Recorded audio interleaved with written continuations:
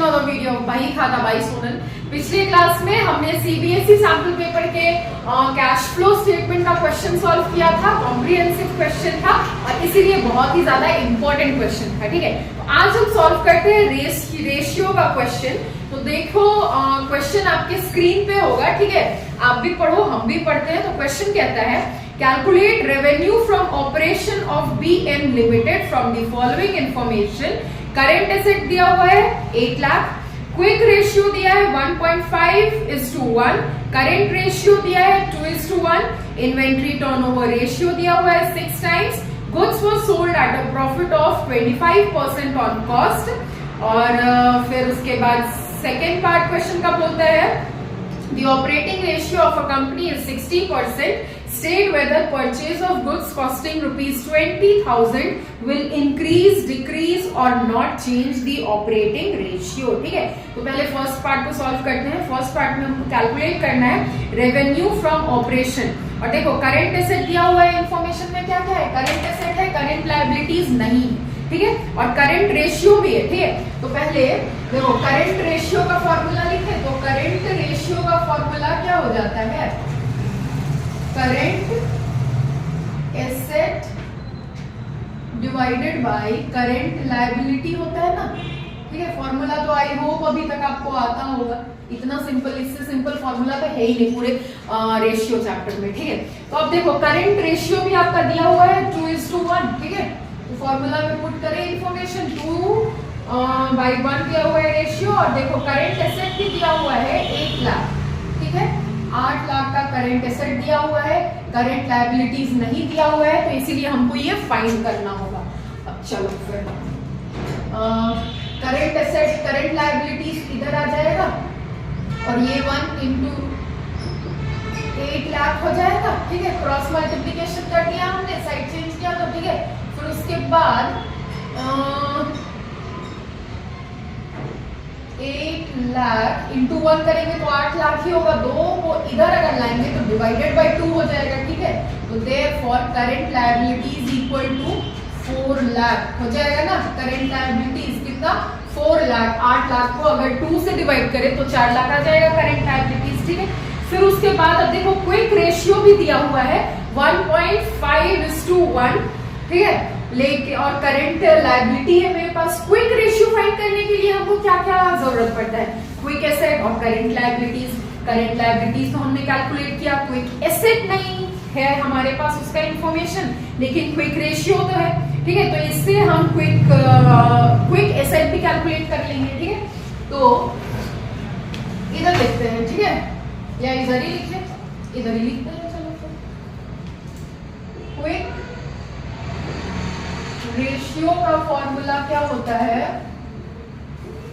Quick asset divided by current liability. Current liability. ठीक, अब quick ratio दिया हुआ है मेरा 1.5 डिवाइडेड बाय 1:1 है, तो फ्रैक्शन में लिख दिया है हमने। ठीक है, क्विक एसेट नहीं दिया हुआ है, ये फाइंड करना है। करंट लायबिलिटीज इधर दिया, हमने कैलकुलेट कर लिया अभी। ठीक है, 4 लाख, तो ये फिर इधर आ जाएगा 1.5 × 4 लाख करें। ठीक है, इक्वल टू 1 × क्विक एसेट हो जाएगा। ठीक है, क्रॉस मल्टीप्लीकेशन अगर करें तो 4 लाख × 1.5 हमको कैलकुलेटर यूज करना होगा। तो कैलकुलेटर 4 लाख × अगर 1.5 अगर करेंगे हम, ठीक है, तो कितना आ जाएगा, 6 लाख आ जाएगा। ठीक है, 6 lakh equal to quick asset. ठीक है, तो अब क्विक एसेट भी हमने फाइंड कर लिया, कितना है, 6 लाख है। ठीक है, क्विक एसेट आ गया मेरा।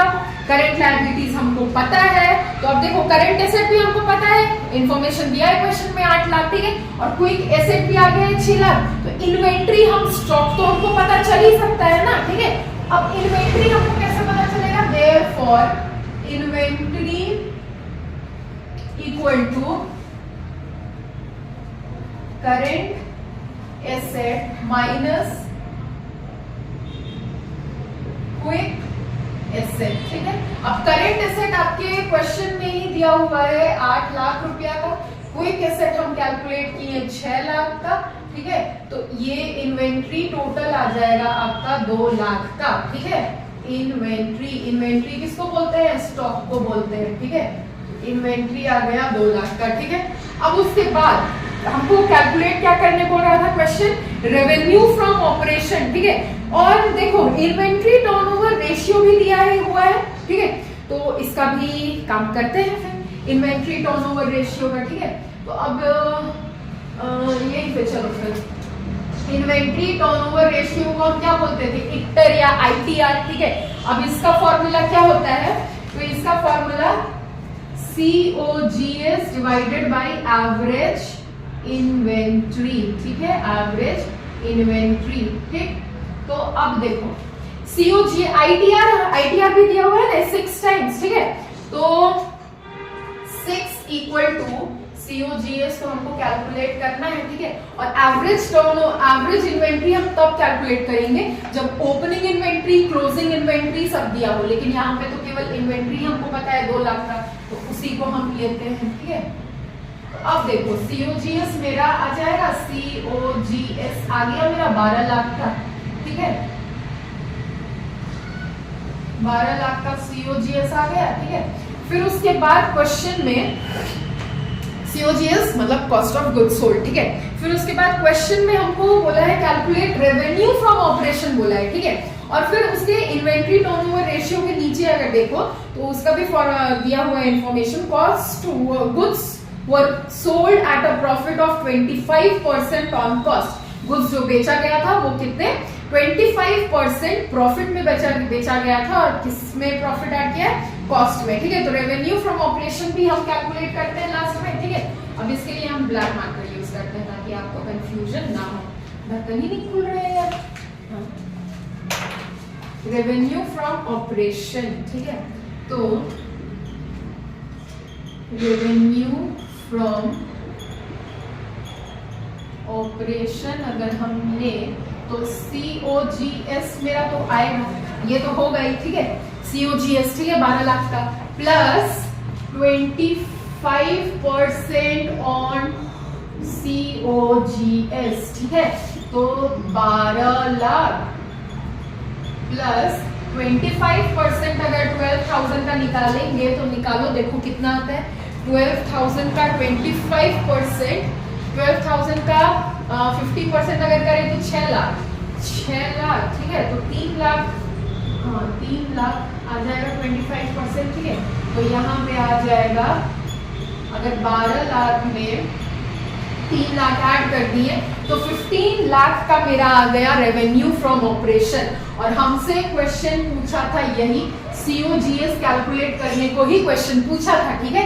COGS नहीं sorry, revenue from operation calculate करने का क्वेश्चन पूछा था, और ये आ गया मेरा रेवेन्यू फ्रॉम ऑपरेशन 15 लाख, ठीक है। क्वेश्चन इजी था, वैसा कुछ भी मतलब परेशान होने वाला बात नहीं था। करंट रेशियो दिया हुआ था, करंट एसेट था मेरे पास, करंट लायबिलिटी हम कैलकुलेट कर लिए। क्विक रेशियो था दिया हुआ क्वेश्चन में, करंट लायबिलिटी अभी कैलकुलेट किया था, क्विक एसेट कैलकुलेट कर लिए। अब जब मेरे पास करंट एसेट है, क्विक एसेट है, तो इन्वेंट्री हमने कैलकुलेट कर लिया, ठीक है। फिर उसके बाद इन्वेंट्री है मेरे पास, ठीक है, क्वेश्चन में आईटीआर भी दिया हुआ है 6 टाइम्स, तो उससे हम COGS कैलकुलेट कर लिए। अब जब COGS है और क्वेश्चन में लिखा भी हुआ है कि goods were sold at a profit of 25% on cost, ठीक है, तो हम COGS प्लस 25% ऑन कॉस्ट करके हम प्रॉफिट कैलकुलेट कर लेंगे ना, रेवेन्यू फ्रॉम ऑपरेशन, तो वही तो हमको कैलकुलेट करना है प्रॉफिट, ठीक है। तो क्वेश्चन यहाँ पे आके सॉल्व हुआ, ये पूरा स्क्रीन आपका स्क्रीनशॉट लो, और क्वेश्चन तो आपके पास है ही, ठीक है। ये CBSE सैंपल पेपर के का क्वेश्चन था रेशियो एनालिसिस से, तो इसलिए इंपॉर्टेंट क्वेश्चन था। बताना जरूर कि कैसा रहा, हेल्पफुल रहा कि नहीं, ठीक है। तो वीडियो को बहुत ज्यादा लेंथी ना करते हुए यहीं पे थम जाते हैं और मिलते हैं नेक्स्ट क्लास में with some new exciting chapter या फिर क्वेश्चन। टिल देन क्लास 12 में आप पुराने होने लगे हो, लेकिन हम अभी भी यहाँ पे नए हैं, तो साथ मिलकर बढ़ते हैं, पढ़ते हैं, सीखते हैं, समझते हैं और एंजॉय करते हैं अपनी जर्नी को। And do like, share, subscribe and comment. Thank you, bye.